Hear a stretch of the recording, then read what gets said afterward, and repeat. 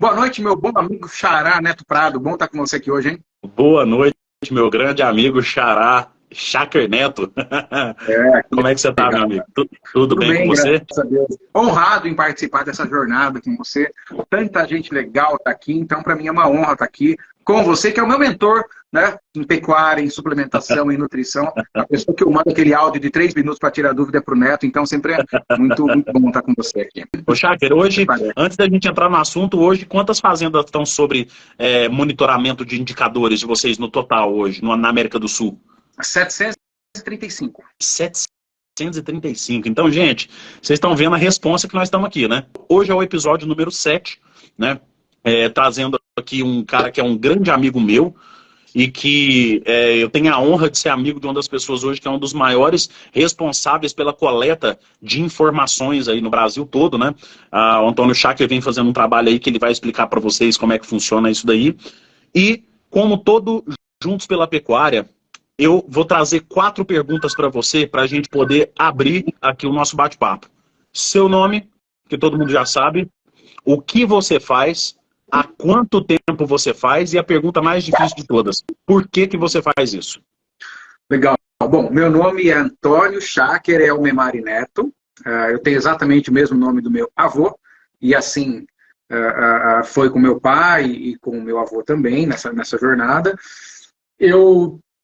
O que eu faço? Eu vejo que eu ajudo as fazendas a ganharem mais dinheiro, tá? De um jeito que é um negócio bom, fazendo bem. E também, né, eu vejo que o ponto central é que isso a gente faz completou agora, em 2023, 25 anos.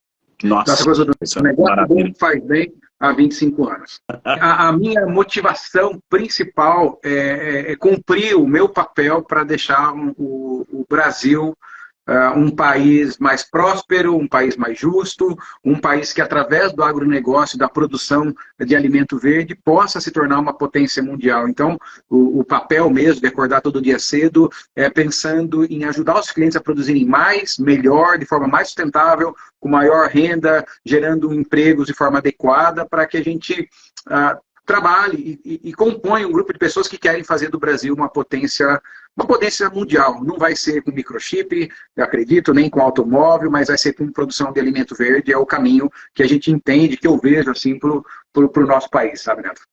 E deixa eu te perguntar, Chá, que essa pergunta eu não fiz ela para ninguém que a gente conversou aqui, e eu acho que cabe aqui perguntar isso daqui para você agora. O que você... Porque sempre que eu tô com você, Chá, eu percebo que você é uma pessoa muito...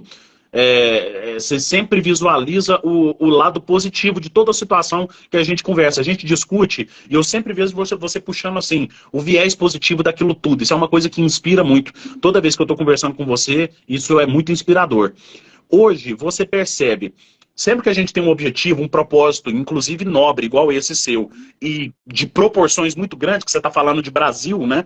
A nível de Brasil, para a gente aumentar o nosso potencial e produzir mais carne, produzir mais alimento para o mundo, quanto maior o projeto, mais forças externas participam dessa nossa vontade. Algumas a favor, algumas contra. E a gente sempre quer agregar forças a favor. Sejam pessoas, sejam projetos, sejam empresas, sejam fatores ambientais, que seja. O que você percebe hoje ainda não é a pergunta central. É uma pergunta que me veio de curiosidade e eu acho que você vai saber responder muito bem. O que você percebe que é um comportamento nesse seu trajeto que trouxe para mais perto de você essas forças positivas, essas forças que te ajudaram a encaminhar o seu projeto para frente, a empurrar seu projeto cada vez mais para cima e levar pessoas boas junto com você também? A gente cresce quando a gente supera grandes desafios. Então, assim, eu vejo que passar por grandes desafios faz a gente ser melhor. Então, quando a gente está naquele momento duro, aquele momento difícil, aquela situação onde eu chamo de teto da incompetência, assim, todos nós, profissionalmente, durante a jornada, a gente vai encontrando o nosso limite. Você bate naquele limite. Eu tenho certeza que quando você pegou o teu primeiro confinamento, você deu, poxa vida, calma aí.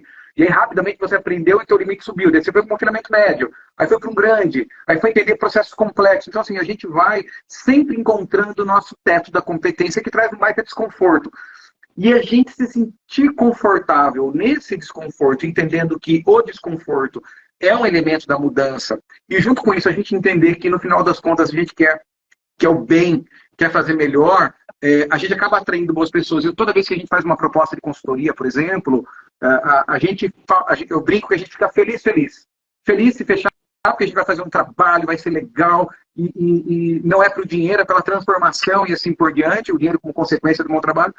E se não der certo, está tudo bem também, porque não era momento daquela pessoa. Então a gente entende que talvez tenha o tempo das coisas, o tempo das pessoas. É claro que a gente lida sempre da maior forma, de uma forma mais otimista possível, tentando olhar para o cenário da forma mais completa, porque assim, a gente não pode ser simplório nem simplista numa tomada de decisão. Nós vamos falar, a atividade pecuária é algo simples. Não é. Pecuária é ultra complexo. Muito mais que a agricultura, nos níveis que a gente debate, que a gente mesmo sempre fala, mas é esse aprendizado, esse entendimento e querer aprender mais a cada dia, talvez foi o que trouxe. Hoje, por exemplo, a gente está numa jornada estudando muito balanço de emissões de gás de efeito estufa e pecuária regenerativa. Eu tive a oportunidade de receber um paper de como o McDonald's está conduzindo o projeto de pecuária regenerativa, entendendo essa jornada. Então, eu vejo assim que a gente, buscando sistematicamente nosso limite da incompetência, e aí você acorda à noite, você fica inseguro, você vai se desafiando até encontrar um fio da meada, ele vai se desenrolando, a gente vai crescendo. Então, entender que a vida é uma busca constante por superar o nosso patamar anterior. Isso acaba, de alguma forma, trazendo uma motivação muito grande, né, Neto? E faz com que a gente veja que é possível. Se você me perguntar como foi, cara, há 20 anos atrás, eu atendia 4 fazendas. E não conseguia entender como poderia ser a 5ª, porque eu já estava trabalhando alucinadamente, viajando 40 dias seguidos, passando assim praticamente todo o tempo, e encontrar mentores, pessoas que possam trazer novas questões e simplesmente nos perguntar, tem que ser assim?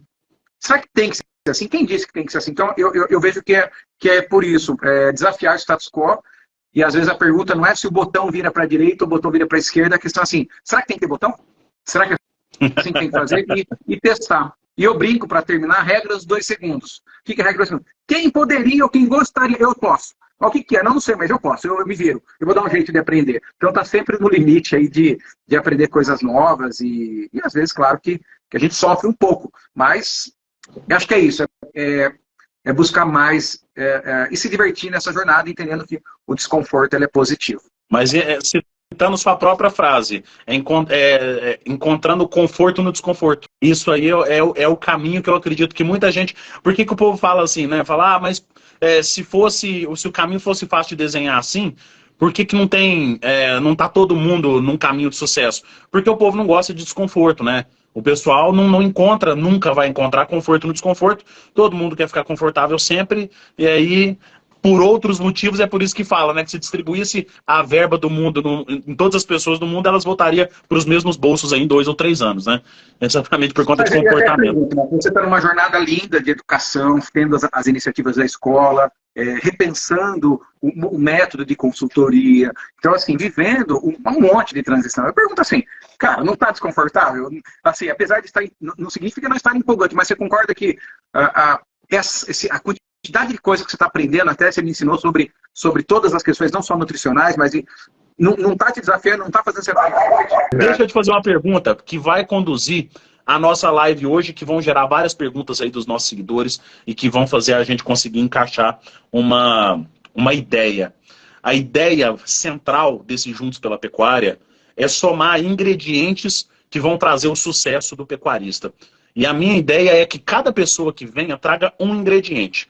Se eu fosse pegar vários ingredientes de todas as pessoas que vêm, vários ingredientes de uma pessoa, a gente ficaria conversando aqui por horas e horas. Você sabe muito bem que a gente andou, dessa última vez agora, nós andamos 6 horas de carro junto e não tinha final pro assunto. É verdade. O que você poderia dizer? Um fator que você sente que virou a chave, se não de todos os pecuaristas que você atendeu, mas dos pecuaristas que você sentiu que estavam num ponto A, chegaram num ponto B, 2 pontos totalmente de uma diferença discrepante entre um e outro, mas por causa dessa virada de chave, eles conseguiram seguir esse caminho corretamente. O que seria esse ingrediente? Eu atribuo isso, para mim é muito claro, quando você foi construindo, eu poderia dizer que chama locus de controle. O que é o locus de controle? É como a pessoa atribui o que acontece na vida e nos negócios dela. quando a gente entendeu que quem ganha dinheiro não é a fazenda, quem prospera não é a fazenda, quem prospera é o fazendeiro ou a fazendeira, e isso é uma decisão da pessoa, o sucesso é uma decisão, o sucesso não é um acaso, o sucesso ele é arrancado, ele é conquistado. Então, o ponto central é que transforma e é o insight das pessoas quando o fazendeiro para de olhar para fora e começa a olhar para dentro, para ele, para a liderança dele, para as pastagens dele, para o ambiente que ele está inserido. Então, eu diria que o aspecto humano, e principalmente assumir para si a responsabilidade das coisas que acontecem dentro da fazenda, é o que mais traz aí essa ruptura, porque a partir desse momento, ele reconhece que ele faz uma manejo de pasto, que ele tem potencial, que a genética dele não é adequada, que o estilo de liderança dele não está gerando o resultado esperado. Então, tem a ver com a gente atribuir a nós mesmos a responsabilidade do que acontece na nossa vida, mesmo entendendo que a gente sofre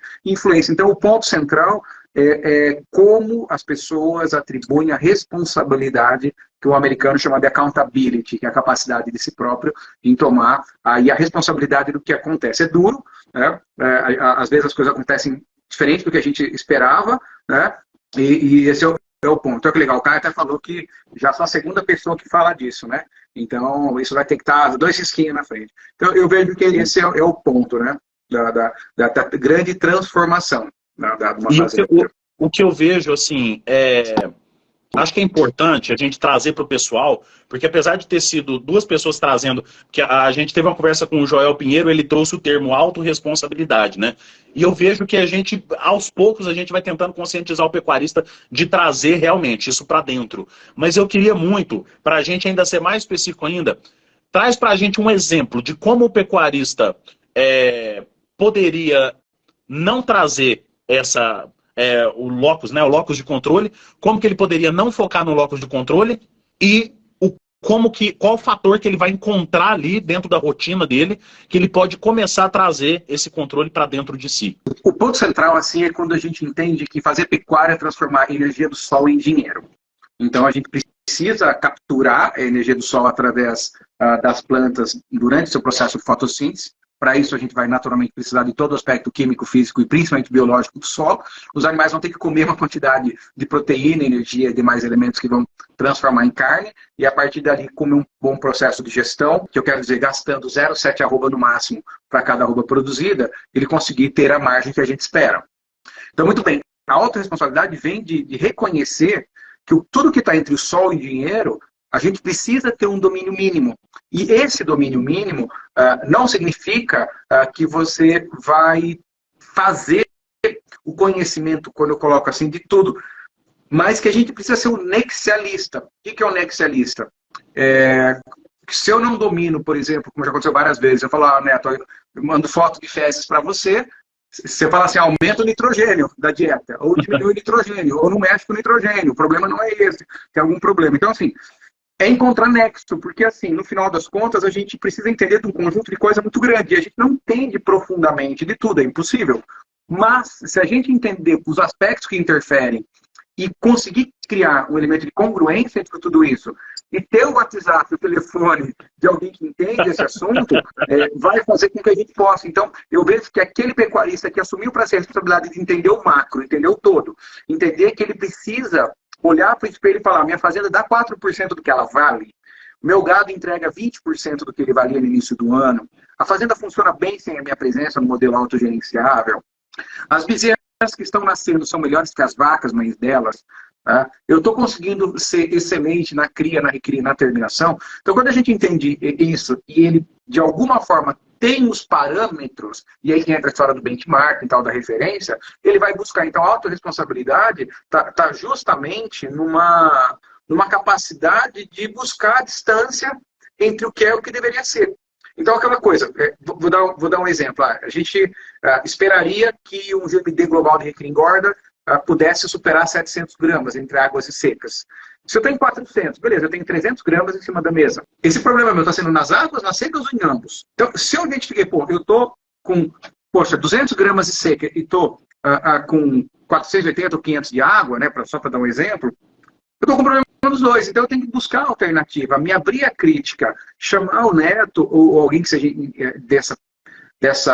tenha conhecimento para me ajudar a entender se está na suplementação, está na pastagem. Então, essa autorresponsabilidade está em buscar a lacuna entre o que é e o que deveria ser. Hoje, por exemplo, foi um dia muito intenso no escritório, onde a gente está fazendo inúmeras mudanças, implantando processo, refatorando o sistema do Instituto, porque o Integra tem um software muito poderoso, e esse software está sendo refeito, e aí quando você refaz, você tem mais um monte de trabalho e tal, e equipe nova chegando. Então, assim, eu não entendo do desenvolvimento de software, mas entendo o que é que ele deve ser. E aí eu vou conversar com o CTO que cuida disso, para que a gente possa diminuir essa distância. Então a autorresponsabilidade está em diminuir a distância, mesmo que o conhecimento técnico para isso não seja nosso, mas que a gente promova e viabilize com que isso aconteça. Então esse é o ponto importante. Assim. Então, quando eu olho para um negócio, por exemplo, nós temos três iniciativas, né? Uma iniciativa é o Instituto Integra, que tem um software que faz o benchmarking, que tem todo aquele trabalho de comparação de resultado e assim por diante. Tem a Fundação Agro, que é nosso braço de educação online, tá? Não só online, mas o nosso braço de educação. E tem um centro de pesquisa em pecuária regenerativa de alta tecnologia. Então, hoje eu tive reunião com as três frentes. Na pecuária regenerativa de alta tecnologia, que é o Pedro que coordena, a gente estava analisando assim, se a gente fosse começar hoje o projeto, a gente faria completamente diferente, sabe? E a gente usa outras plantas leguminosas que nós usamos, a gente não faria o plantio como nós fizemos, a gente, então, assim, teria isso. Então, nós estamos buscando, a gente vai usar agora pó de rocha, vai usar as bactérias que vão acelerar a degradação, e é todo um processo de desenvolvimento, e tudo com um horizonte técnico e econômico. Não é uma questão natureba, não é só isso. A gente acredita que faz bem para o planeta, faz bem para as pessoas, a gente acredita nesse modelo, mas temos que entender que não é a única coisa. Muita gente fala... o único jeito é o passeio contínuo. Não é. O único jeito é o rotacionado. Não é. O único jeito é o rotatino do Paulo Carvalho. É maravilhoso. Né? A gente acredita muito nele, mas não é. O único jeito agora é o ultra denso, mas também não é. Não é só Capiaçu, não é só Mombaça, não é só Tifton, não é só TIP, não é só... Então, acho que a grande questão é nós podermos analisar o que é em cada momento e o que é melhor agora. Evitando batizar que só tem um caminho, só tem um modelo. O que tem um modelo que entrega 4% do que vale a terra e 20% do que vale o gado, respeitando nossos valores de vida. Então é isso, é encontrar a distância, sabe, Neto, entre o que é o que deveria ser. E para isso tem que ter número. Tem que ter número. Sem número eu não consigo saber o que é o que deveria ser. E é onde a gente entra com a nossa metodologia para ter o número. Pode parecer complicado, mas não é tanto, né? Tem pó de rocha em Rondônia, tem no país inteiro, inclusive. Você tem visitado muitas propriedades, você tem andado o país todo, você tem encontrado motivos, resumindo aí o que você acabou de falar, você tem encontrado motivos para fazer alteração, inclusive na sua forma de abordar o produtor através dessa interface. Vocês estão encontrando essa alteração. E uma coisa que você citou muito importante aí, você conversa com o responsável pelo desenvolvimento de software, mas não para ser um especialista em desenvolvimento de software. E sim para você colocar o pé na sua propriedade, eu dizendo sua propriedade, Instituto Integra, você colocar o pé ali e falar, preciso saber conversar com todo mundo. Com certeza. Isso bate muito com um problema que eu recebo muito aqui do pessoal e eu quero compartilhar ele com você e quero que você compartilhe a visão do que você acha. Eu vejo muito pecuarista, às vezes, que não encontra o foco devido para encontrar quais são os indicadores médicos que a gente tem através do benchmark da Integra, não encontra o que é, para onde que ele vai, né? Porque você ter um benchmark na mão e você ter objetivo é o famoso Dom Cotô Proncovô, né? Então você tem um senso de direção. E muitas vezes está preocupado em aprender a fazer formulações, que inclusive é uma coisa extremamente específica, um conhecimento extremamente específico. Enquanto, por exemplo, se ele aprender mais sobre ingredientes, importância da escolha correta de ingredientes, coisas que envolvem a formulação, a suplementação, mas deixando o grosso do negócio para um técnico formulador, ele ganharia tempo para poder dedicar aos indicadores principais, ao monitoramento do material pessoal que ele tem na fazenda e o direcionamento para o que realmente importa, que é o objetivo dele. O que você acha que ajuda muito, ô Shaker, na tomada de decisão do produtor rural entre foco, porque tem aquele foco disperso, né? E tem aquele foco no que realmente ele tem influência, no que realmente ele consegue mudar. O que traz esse produtor para essa visão mais focada? Não sei se deu para captar aí. Entendimento. Estrategicamente, a fazenda ela tem um macro objetivo, que é entregar 4% do que ela vale. entregar 4% que ela vale, ela precisa ter um determinado nível de faturamento e um nível máximo de desembolso. Quando os big numbers não são claros, como, por exemplo, quantos animais a fazenda tem que abater nesse ano? Quantos animais é o máximo equivalente que ela pode gastar? Como ela vai fazer para caber esse gado dentro da fazenda? E ela perde o aspecto macro, que é justamente quanto ele tem que faturar e quanto ele pode gastar, ele vira consequência de uma lâmpada operacional e, de repente, ele está lá tentando aprender uma formulação para tentar economizar e para, eventualmente, estar com isso e não consegue cuidar do maior.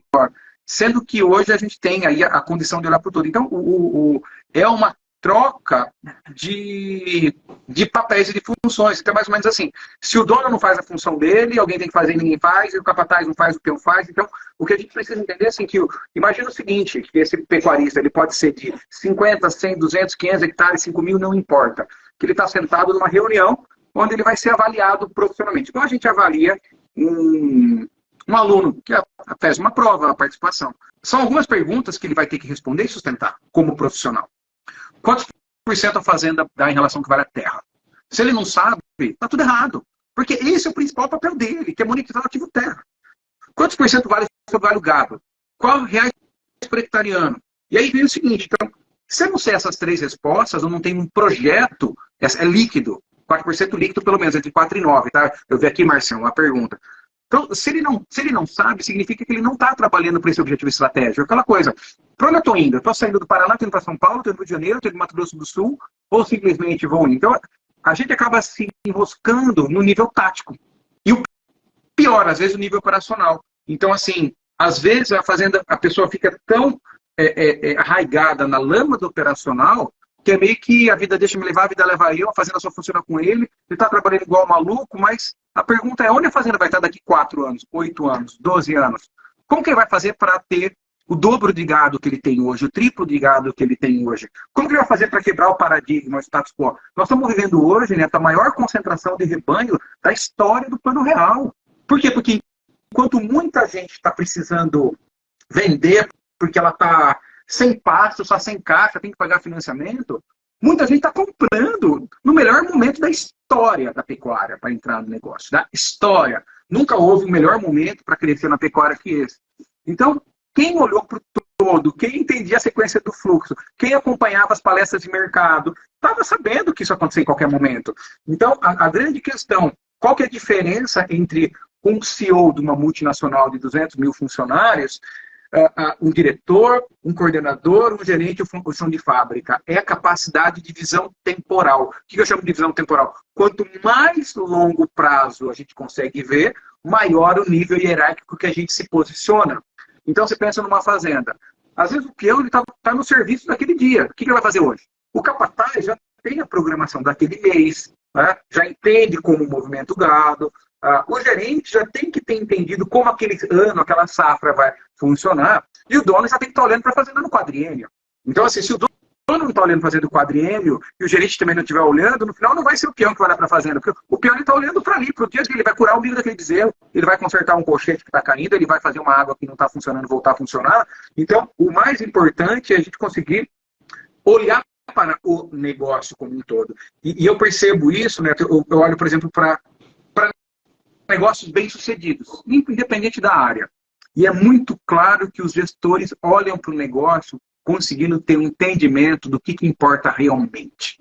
O que importa realmente. E o que importa realmente dentro de uma fazenda de pecuária é conseguir manter a fazenda em taxas de lotação crescente em ponto de engorda de manejo. Com orgulho, eu até falo orgulho de 7 elementos, eu vou citar alguns: orgulho do manejo de pasto, orgulho da estratégia de entre-safra, orgulho da suplementação, orgulho da adubação estratégica, orgulho da reprodução e genética, orgulho da sanidade, orgulho do bem-estar animal e orgulho do layout da fazenda, que é muito pouco falado. Então, assim, se a gente não tem os 7 orgulhos, aliás, os 8 orgulhos que eu acabei de citar, a fazenda certamente está sendo negligenciada de alguma forma. Junto com esse orgulho da produção, entra o orgulho da gestão. E fazer gestão é fazer de tudo para bater meta e acompanhar se está acontecendo aquilo que era para acontecer. Então, basicamente, é saber se a fazenda faturou o que era para faturar, se gastou o que era para gastar, se vendeu o que era para vender, se comprou o que era para comprar. E agir nos desvios. Então, Quando eu tenho orgulho da produção, entendi que gestão é analisar número e tomar decisão, veio o que é mais importante que a gente, liderar.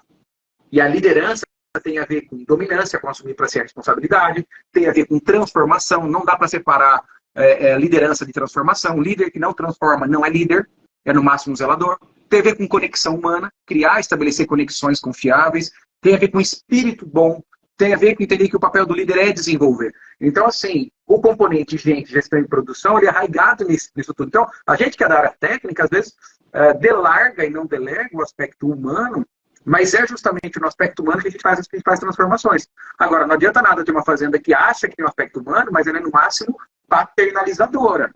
Entendeu? Que tem um sarrafo baixo, todo mundo faz o que bem entende, não tem meta para ninguém, tudo está sempre bom sempre, e no final é uma fazenda escrava de uma equipe que não tem meta. E, na verdade, ser um grande gestor de RH, de nada tem que ser um líder paternalizador.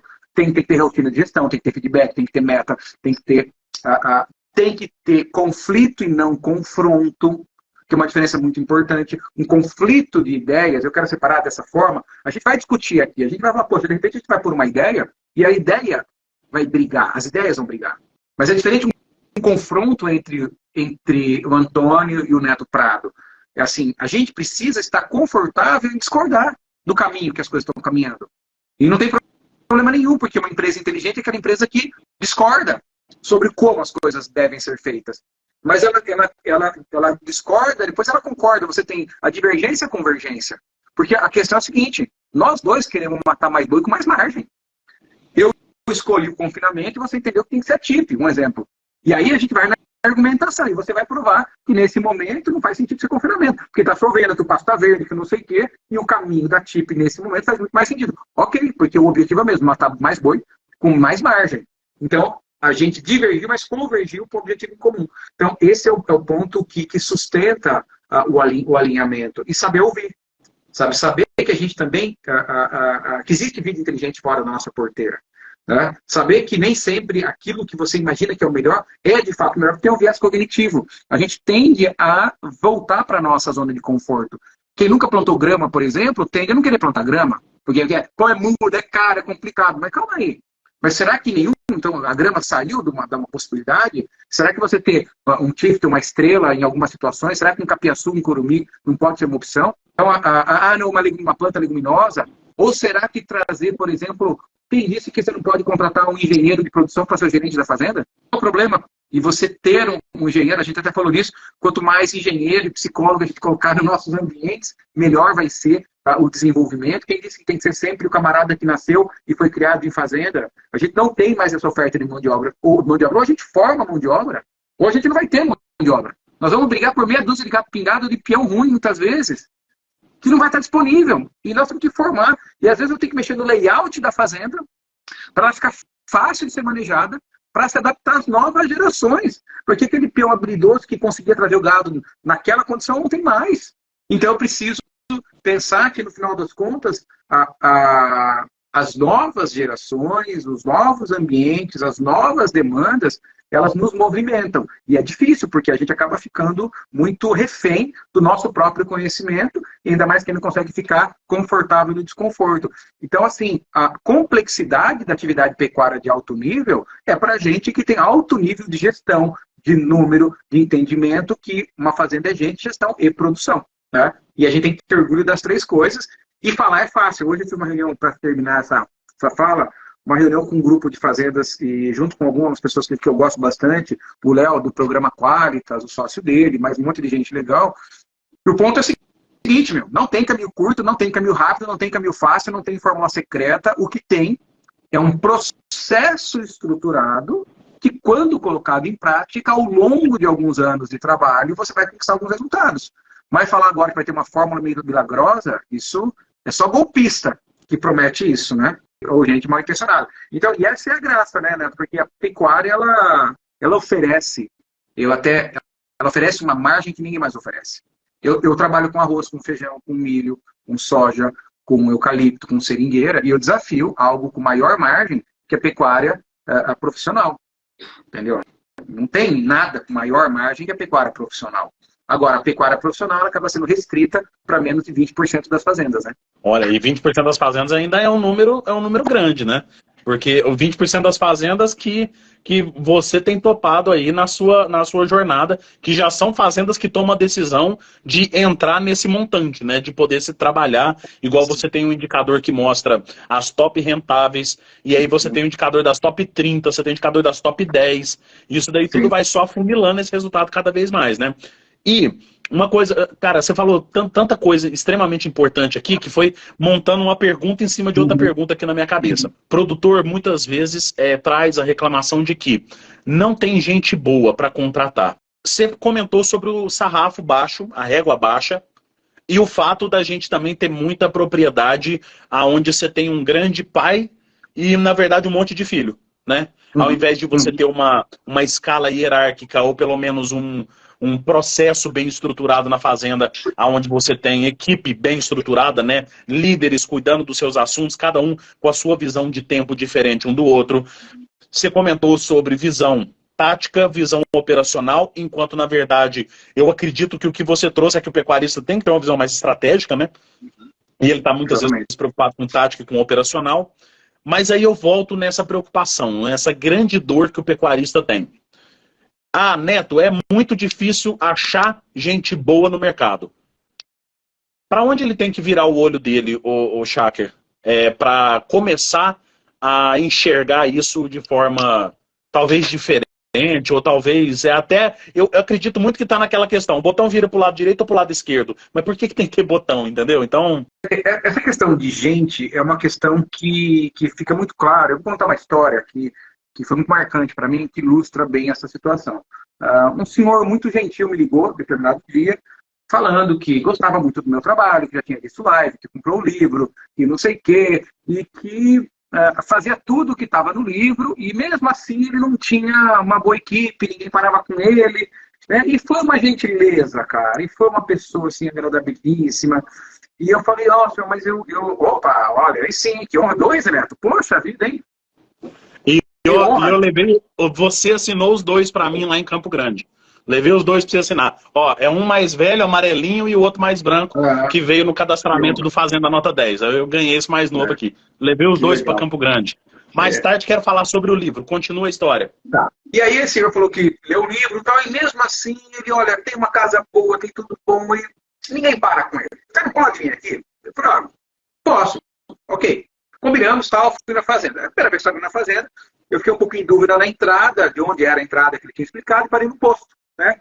E parei no posto, o cara vai, eu falei, não, eu só queria saber onde que é a entrada para a fazenda São João. E o cara falou assim, mas você vai lá na São João? Eu falei, vou, sim, senhor. Mas você vai trabalhar com o seu João? Eu falei, vou, sim, senhor. Rapaz, não dou 3 meses.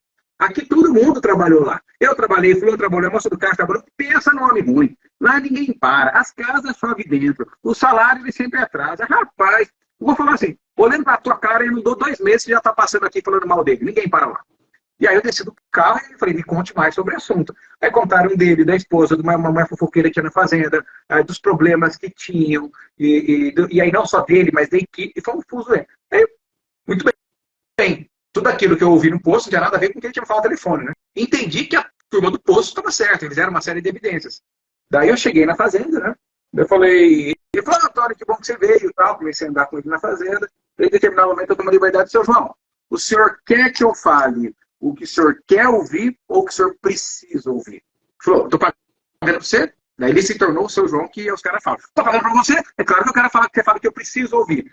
Eu falei, então o senhor se prepara. Porque ninguém para aqui, porque ninguém gosta do senhor. Porque as casas não são como o senhor falou, o senhor não trata as pessoas como o senhor falou que me trata, e no final ninguém quer trabalhar com o senhor. E aí aquele cara ficou enlouquecido.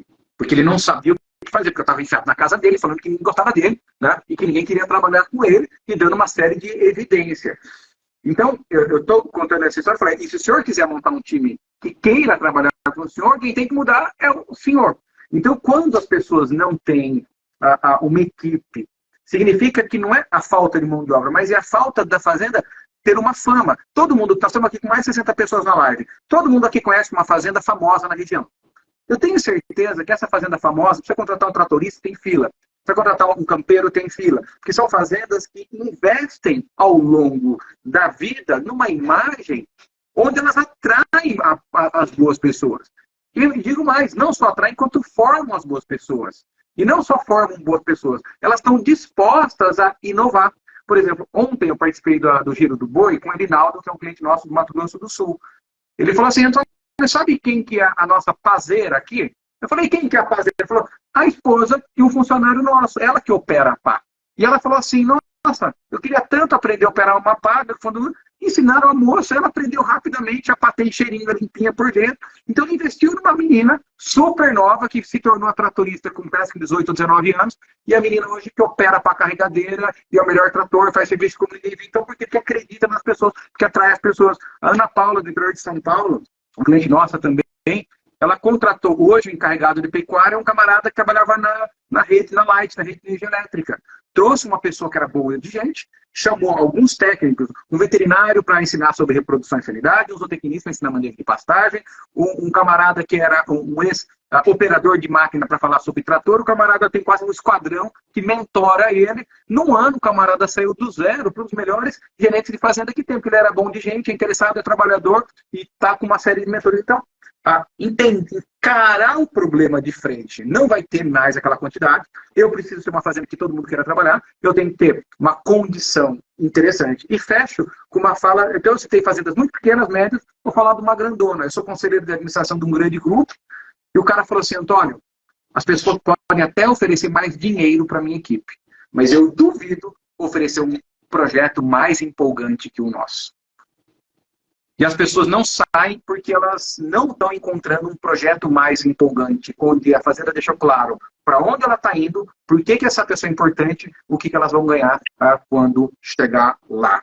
Então, esse é o ponto central de entender que isso não é pontual, mas é um processo de gestão que faz com que a gente possa ou atrair, ou evoluir, ou formar pessoas para trabalhar. Não vai ser fácil. Não é simples, talvez aqui fique um pouco simples, mas do jeito que a gente precisa usar técnica para engordar um boi, técnica para poder emprenhar uma vaca, tem que ter técnica para atrair e manter pessoas acima da média conosco. E vou dizer, um time craque hoje, né, não significa que ele mantém estável, porque o time por si só desestabiliza muitas vezes. Infelizmente, um líder, um capataz, um peão tratorista, chega uma fase da vida que terminou o ciclo dele na fazenda. E nós temos que reconhecer isso e, naturalmente, fazer as mudanças ao longo do tempo, se isso acontecer. E não tem problema nenhum, porque daí você traz um outro e assim por diante, né? Eu trabalho com bastante plano de premiação. A premiação, ela premia o bom colaborador, mas a premiação nunca transforma alguém fraco em alguém forte. Se você precisa da premiação para alguém sair da inércia para produzir, está errado. A premiação ela serve para reconhecer o esforço, para direcionar, para alinhar, para comprometer um pouco mais, mas dizer que uma equipe fraca vai virar uma equipe forte pela premiação, não é verdade. A gente errou bastante nisso. Se uma coisa eu errei ao longo da vida, foi prêmio de colaborador de fazenda. Tenho aí histórias, depois de errar tanto, naturalmente a gente aprendeu um caminho para acertar isso, mas assim, não diria que eu me orgulho de ter errado tanto, mas eu diria assim que, não sei se pode ter errado mais, mas talvez, olha... Então eu sou muito a favor da premiação, mas é algo muito sensível, você não tem segunda chance. Ou monta um plano de remuneração variável correto, ou você acaba perdendo a equipe inteira. Então, tem que fazer, mas tem que seguir o processo aí para não errar, né? Assim como toda ferramenta tem que ser usada na hora certa, né? Exatamente. É uma ferramenta, não é solução. Eu vejo muito produtor que vê uma coisa nova e acha que é a solução de todos os problemas, sendo que na verdade é outra ferramenta. É igual você falou, não é o pastejo contínuo que é o ideal, não é o rotacionado que é o ideal, não é o rotatino, não é o ultradenso. Tudo são ferramentas. Cada um tem seu lugar de usar, cada um tem sua hora de usar, a estratégia correta. Então eu vejo muito dessa forma. Queria que você trouxesse para mim, ô Schacker, um exemplo do que é... isso aí às vezes pode ser até uma coisa mais difícil de entrar, mas eu te conheço, eu sei que você vai dar conta de responder. O que é um exemplo de fator que traz empolgação para o time que você visualizou em um dos exemplos de fazenda que você já atendeu? Eu tenho alguns, cara. Tem alguns de projeto empolgante. Assim, primeiro que para o projeto ser empolgante, ele precisa ser colaborativo. Então eu posso trazer uma ideia inicial, mas a construção... Envolver todo mundo. Envolver a turma. Então eu vou dar um exemplo. A gente tem um projeto que a gente batizou de Super Cria, né?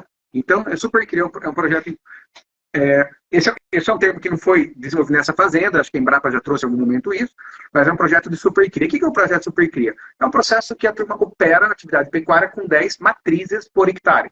Então, é um sistema de cria, que eu diria, em sistema de suplementação em coxo, em pastejo horário, onde de repente você faz uma determinada conta e fala assim, caramba, olha a quantidade de matriz que vai caber aqui. Isso é um protótipo. Isso é um projeto complicadíssimo, você tem problema sanitário, tem problema reprodutivo, você tem questões nutricionais, é um troço super complicado. Mas, num programa de supercria, para dar um exemplo, você traz muita inovação, traz muito conhecimento, traz muita coisa interessante. Então, esse projeto empolgante, por exemplo, faz com que a turma aprenda a lidar com isso e se motive, desde que a pessoa goste dessa ideia. Então, além de projeto da Supercria, por exemplo, que foi um projeto empolgante, tem projeto por exemplo, diversificação com peixe, tem projeto de fazer um trabalho de aprender a operar a atividade dentro de um silvopastoril, para dar um exemplo. Então, assim, tem um projeto super precoce, né? Vários exemplos, super precoce é mais antigo que os outros modelos de poder ter um projeto. Tem um projeto de trabalhar com lotações um pouco mais altas, ou muito mais altas, em rotacionados, né? Onde a gente chama até de tiro na lua, né? Que você acompanhou, ou de ilha técnica dentro da própria fazenda. Tem projetos onde chegou uma situação, chegou o calor do arrendamento para o algodão. Chegou o algodão para dentro da fazenda e ofereceu uma fortuna. E aí a equipe teve que olhar para aquilo e falar, e aí? A gente entrega para o algodão ou a gente vai segurar o rojão e vamos dar mais dinheiro que o algodão? Né? E aí teve que unir uma série de outras atividades. Então, o projeto empolgante, ele não é necessariamente o projeto da fazenda como um todo, mas pode ser um centro de pesquisa ou pode ser um modelo de expansão.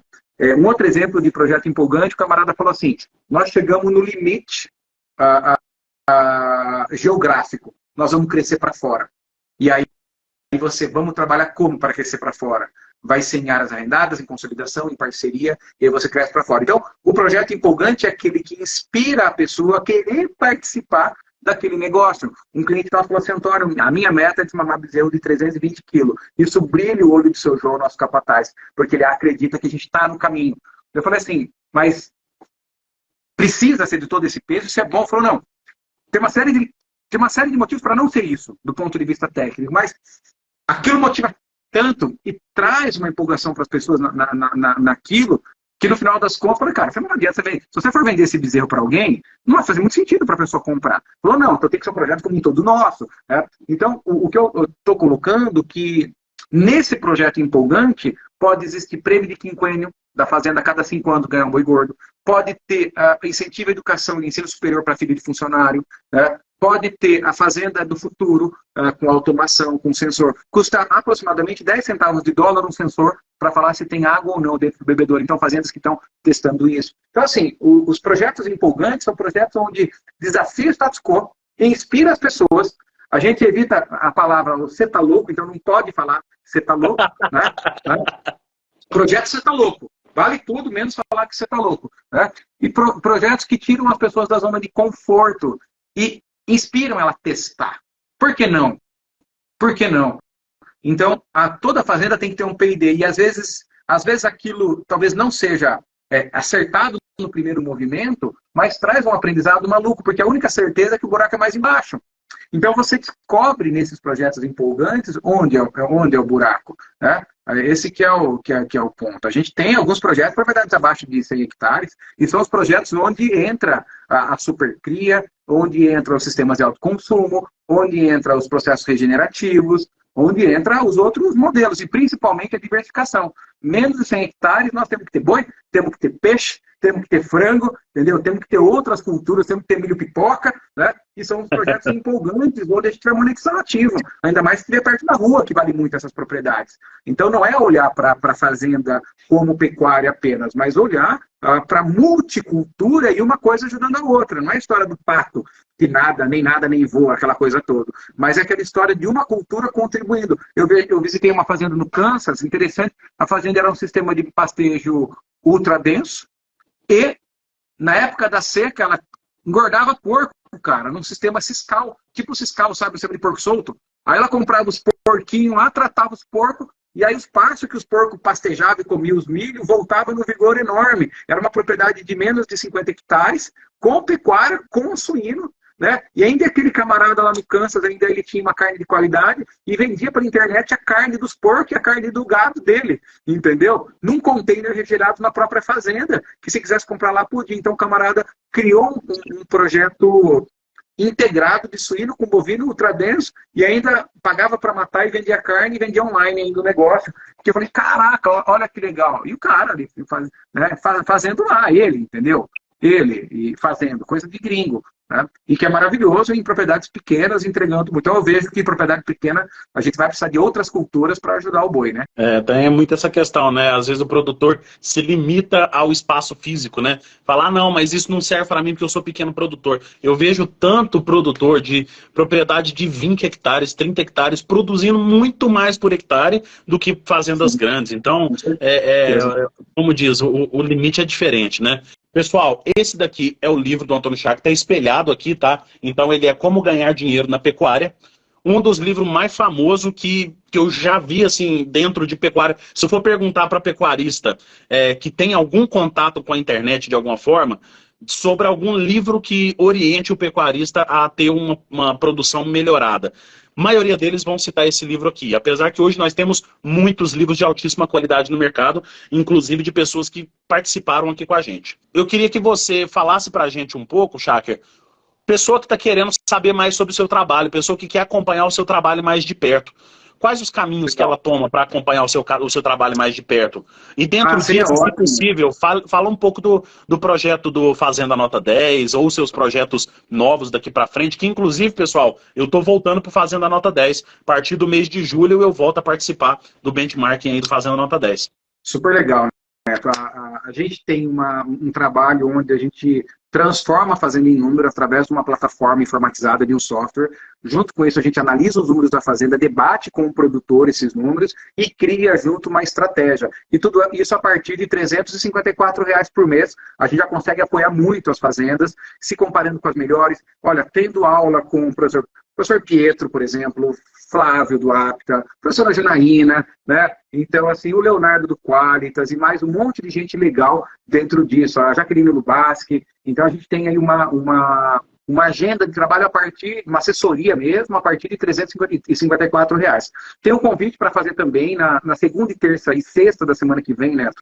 Eu vou tratar, assim, desse momento da pecuária, o que fazer, como conduzir as melhores decisões. Então, que a pessoa possa seguir o @Instituto Integra, com 2 T's, né? Que é @Instituto Integra. Então, e também me seguir, que eu vou orientar. E lá a gente tem, é claro que a gente tem o software, a gente tem os treinamentos, a gente tem essas lives, a gente tem o livro, tem o benchmarking, tem uma série de iniciativas para contribuir com a transformação. Mas o melhor caminho é nos seguir o @Instituto Integra, ficar atento com as postagens do Neto, que sempre nos apoia também, né, Neto? Mas principalmente se tornar, você que é pecuarista, que é técnico, que atende uma fazenda, se tornar cliente, está conosco aí e transformar a fazenda em número para poder avançar. Eu, poxa, queria agradecer a oportunidade, assim, às vezes eu embalo, falo demais, a gente acabou, né, você deu a liberdade, eu me empolguei em falar com o nosso público aqui. Eu tenho certeza que as pessoas que estão aqui são como nós, apaixonadas, né? Ninguém estaria aí numa terça-feira à noite, cheio de coisa para fazer, depois do dia intenso, ficar numa live. Então, eu queria agradecer, Neto, o convite, uma grande honra estar aqui com você. Mais uma vez, reiterar que eu sou um fã do seu trabalho, do teu conhecimento, dos teus valores humanos. Então, assim, que eu conto com você nos nossos projetos aqui para a tua orientação técnica, profissional, e dizer que eu estou sempre, o convite seu é sempre prontamente aceito. Você nem precisa perguntar se eu quero ou não, é só falar a data que a gente vai estar aí junto, né, e seguir essa jornada. Ter os mesmos valores, e quero deixar um abraço a todos que ficaram essa hora conosco aí, né? Espero que a gente possa se encontrar em breve em algum dos outros eventos nossos. Que honra, cara, que honra. Muito obrigado pelas palavras, obrigado por tudo que você trouxe pra gente aqui hoje. E, assim, lembra que eu falei pra você que uma última coisa antes da gente despedir do pessoal, eu quero pedir pra você que recomende uma pessoa para eu chamar para a gente poder fazer essa live também com essa pessoa. Um profissional que você acha que vai agregar bastante aí com o pessoal. Falou com a Jaqueline Lubaschi ou não? Não, falei com ela ainda não. A Jaqueline é a fera de gestão de recursos humanos, então a Jaque é a minha indicação, uma pessoa deliciosa de ouvir, é uma pessoa muito legal, a Jaque é uma pessoa que tenho certeza que vai contribuir muito. Então, depois eu já mando o contato da Jaque, ela adora, é uma pessoa incrível, então a Jaque, sem dúvida nenhuma, é a minha indicação, e dela certamente virão mais. Eu tenho outros nomes, mas acho que a Jaque agora, seria minha indicação. Vou falar de gente mesmo, na prática. Tá, excelente, excelente. Já, lá, ó, Jaqueline é fera. Maravilha. Tá vendo? Meu irmão, muito obrigado. Obrigado mesmo, de coração. Saiba que esse período que você teve aqui em Rondônia foi um prazer muito grande para mim, que eu me inspiro muito sempre que eu tô conversando com você ou passando um tempo com você, batendo um papo. Eu acredito que muitas pessoas que admiram o seu trabalho aqui sabem do que eu tô falando. Se pudessem também ter a oportunidade de fazer o que eu fiz, de poder passar um tempo do seu lado, fariam também. E saiba que você é uma pessoa iluminada, que você, aonde você vai, você inspira não só eu, mas todo mundo que ouve as suas palavras. Então, muito obrigado por tudo. Um forte abraço para você, muito sucesso, mais ainda do que você já tem, e que você continue iluminando cada vez mais pessoas e mais ideias e mais fazendas. Amém. Vamos junto nessa jornada. Obrigado pelas palavras. Um abraço a todos e até a próxima. Valeu, um abraço, pessoal. Tchau, tchau. Valeu. Tchau, tchau.